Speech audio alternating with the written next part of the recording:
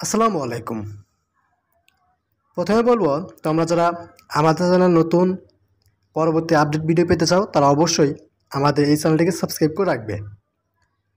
জাতীয় বিশ্ববিদ্যালয়ে 2023-24 শিক্ষাবর্ষে যারা অনার্স ভর্তির আবেদন করেছিলে এবং যারা চান্স পাওনি এবং যারা অপেক্ষা করছো প্রথম রিলিজ স্লিপের আবেদন করবে, তোমাদের প্রথম রিলিজ স্লিপের আবেদন কখন শুরু হবে এই সম্পর্কে লাস্ট একটা আপডেট শেয়ার করব।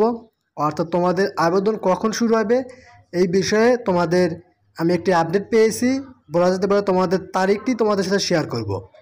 তাই ভিডিওটি শেষ পর্যন্ত দেখবে, তাহলে সব কিছু ইজিলি বুঝতে পারবে।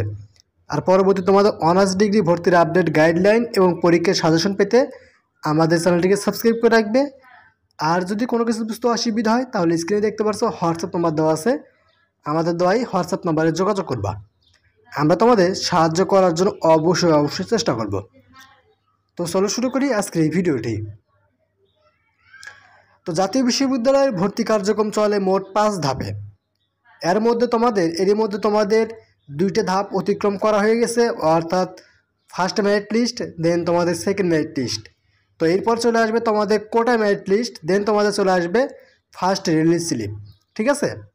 তো জাতীয় বিশ্ববিদ্যালয়ের একজন কর্মকর্তা, অর্থাৎ যারা কাজ করে জাতীয় বিশ্ববিদ্যালয়ের আন্ডারের, যারা অনলাইনে এই সব বিষয়ে কাজ করে, তো তাদের ভিতর থেকে একজন আমাকে জানিয়েছে, আমি পার্সোনালি কন্ট্যাক্ট করেছিলাম। তো তিনি জানিয়েছে যে তোমাদের এই যে প্রথম রিলিজ স্লিপ, এই প্রথম রিলিজ স্লিপ আবেদন কার্যক্রম শুরু হবে তোমাদের কোটা মেরিট লিস্টের রেজাল্ট দেওয়ার পরে। যে কোটা মেরিট লিস্টে ভর্তি কার্যক্রম চলবে, তখন তোমাদের প্রথম রিলিজ স্লিপের আবেদন কার্যক্রম শুরু হবে। অর্থাৎ তোমাদের কিন্তু যদি এখন তোমাদের সাথে শেয়ার করে যে তোমাদের কোটা মেরিট লিস্টের রেজাল্ট কখন দিবে, তোমাদের এই সেকেন্ড মেরিট লিস্টের টোটাল কার্যক্রম চলবে আগামী 7 তারিখ পর্যন্ত, অর্থাৎ মে মাসের 7 তারিখ পর্যন্ত টোটাল কার্যক্রম চলবে। দেন তোমাদের দিবে কোটা মেরিট লিস্ট, অর্থাৎ যারা বিশেষ কোটায় যারা আবেদন করেছিলে, অর্থাৎ মুক্তিযোদ্ধা, আদিবাসী, প্রতিবন্ধী, এইসব কোটা দিয়ে যারা আবেদন করেছিলে তাদের রেজাল্ট এক্সট্রাভাবে দেওয়া হবে। ঠিক আছে? তো তাদের রেজাল্ট দেওয়ার পরে তোমাদের তাদের ভর্তি কার্যক্রম চলবে 7 থেকে 8 কর্মদিবস পর্যন্ত, অর্থাৎ 7 থেকে 8 দিন তাদের ভর্তি কার্যক্রম চলবে। তো এই হিসেবে তিনি আমাকে যে বিষয়টি শেয়ার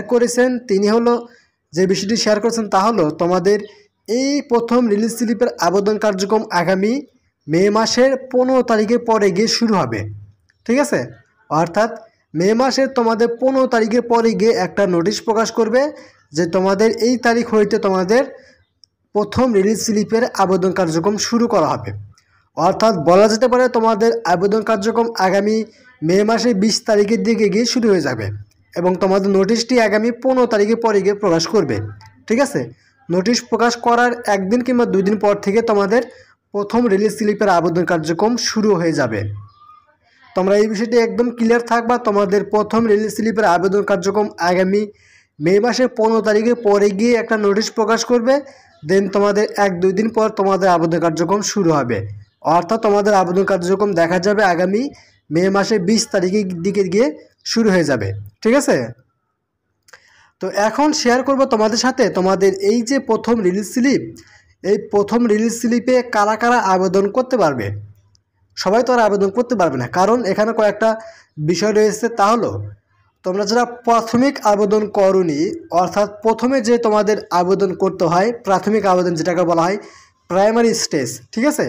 প্রাইমারি অ্যাপ্লিকেশন, এই প্রাইমারি অ্যাপ্লিকেশন যারা করোনি তাদের এই প্রথম রিলিজ স্লিপের আবেদন করার কোনো সুযোগ দেওয়া হবে না।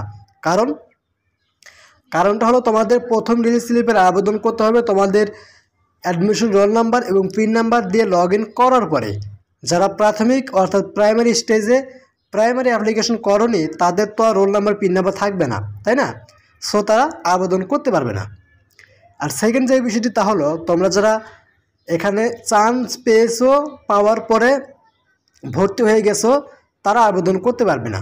কিন্তু তুমি চান্স পেয়েছো, ভুলবশত তুমি ওই কলেজে ভর্তি হয়েছো, ভর্তি হওয়ার পরে কী করেছো, ভর্তি বাতিল করেছো, তাহলে তুমি আবেদন করতে পারবে। ঠিক আছে? আর যারা প্রাথমিক আবেদন অর্থাৎ প্রাইমারি স্টেজে যে প্রাইমারি অ্যাপ্লিকেশন করার পরে 350 টাকা যে অনলাইন কিংবা তোমাদের কলেজে জমা দিতে হয়, ওই 350 টাকা যারা কলেজে বা অনলাইনে জমা দাওনি তারা এখানে আবেদন করতে পারবে না। প্লাস যাদের টাকা জমা দিয়েছো, জমা দেওয়ার পরে যাদের টাকা অনলাইনে রিসিভড হয়নি তারা এখানে আবেদন করতে পারবে না।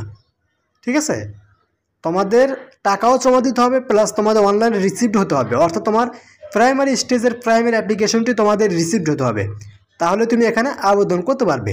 ঠিক আছে, তো এইগুলো মূলত তোমাদের আবেদনের শর্ত। তো এখন শেয়ার করব, মানে অনেকেই এইরকম প্রশ্ন করেছো যে তোমাদের এই প্রথম রিলিজ স্লিপে চান্স পাওয়ার পসিবিলিটি কীরকম, অর্থাৎ তোমাদের first merit list second merit লিস্টের তুলনায় তোমাদের এই প্রথম রিলিজ স্লিপের আবেদন করার পরে তোমাদের চান্স পাওয়ার সম্ভাবনা কতটুকু। তোমাদের ফার্স্ট এবং সেকেন্ড মেরিট লিস্টে দেখা যাবে তোমাদের প্রত্যেকটা কলেজে 100% সিটের ভিতরে 60% সিট বুকিং হবে। দেন তোমাদের দিবে হলো quota merit list. Quota merit লিস্টে দেখা যাবে 10%-এর মতো সিট বুকিং হবে। দেখা যাবে তোমাদের এই প্রাইমারি স্টেজে যে প্রাইমারি অ্যাপ্লিকেশন, এই অ্যাপ্লিকেশনের 3টার রেজাল্টের পর তোমাদের প্রত্যেকটা কলেজে 100%-এর ভিতরে 80-70%ই সিট বুকিং হবে, থাকবে মাত্র 20 কিংবা 30%। ঠিক আছে, তো এখন তোমাদের এই 20-30%-এর ভিতরে তোমার একটা জায়গা করতে হবে, একটা সিট নিতে হবে। তো এর জন্য তোমাদের অবশ্যই জিপিএর পরিমাণ ভালো লাগবে, এবং তোমাদের জিপিএর পরিমাণ ভালো হলে তোমরা ভালো কলেজে অ্যাপ্লাই করবা, মানে যেসব কলেজ র্যাঙ্কিং আছে সেই সব কলেজে অ্যাপ্লাই করবা, তাহলে তোমরা সেখানে চান্স পাবে। আর যদি তোমাদের জিপিএর পরিমাণ কম থাকে তাহলে তোমরা নর্মাল কলেজ প্লাস তোমাদের গভট এবং নন গভট দুইটা মিলে অ্যাপ্লাই করবা, তাহলে তোমাদের একটা বছর গ্যাপ যাবে না। ঠিক আছে, তোমরা যদি শুধু জিপিএর পরিমাণ কম হয় এবং গভর্নমেন্ট কলেজগুলো এতে অ্যাপ্লাই করো তাহলে দেখা যাবে তোমাদের একটা বছর গ্যাপ যাবে, অর্থাৎ তুমি চান্সই পাবে না। দেখা যাবে তোমার পরবর্তী বছরে অর্থাৎ সামনের বছরে তোমাদের অ্যাপ্লাই করতে হবে। ঠিক আছে, তো তোমরা এই বিষয়টা একটু টেকনিক খাটিয়ে আবেদন করবা, তাহলে দেখা যাবে তোমাদের চান্স হয়ে যাবে। তো এটা ছিল মূলত ভিডিওটি কেমন লাগলো অবশ্যই কমেন্ট করে জানিয়ে দিবে। যদি ভিডিওটি ভালো লাগে তাহলে অবশ্যই লাইক করবা, চ্যানেলটিকে সাবস্ক্রাইব করবে পরবর্তী আপডেট পাওয়ার জন্য। আর যদি কোনো কিছু বুঝতে অসুবিধা হয় ভিডিওর কমেন্ট বক্সে হোয়াটসঅ্যাপ নাম্বার দেওয়া আছে, সেই হোয়াটসঅ্যাপে যোগাযোগ করবা। ঠিক আছে, তো আজকের মতো আমরা এখানে শেষ করছি। সবাই ভালো থাকবে।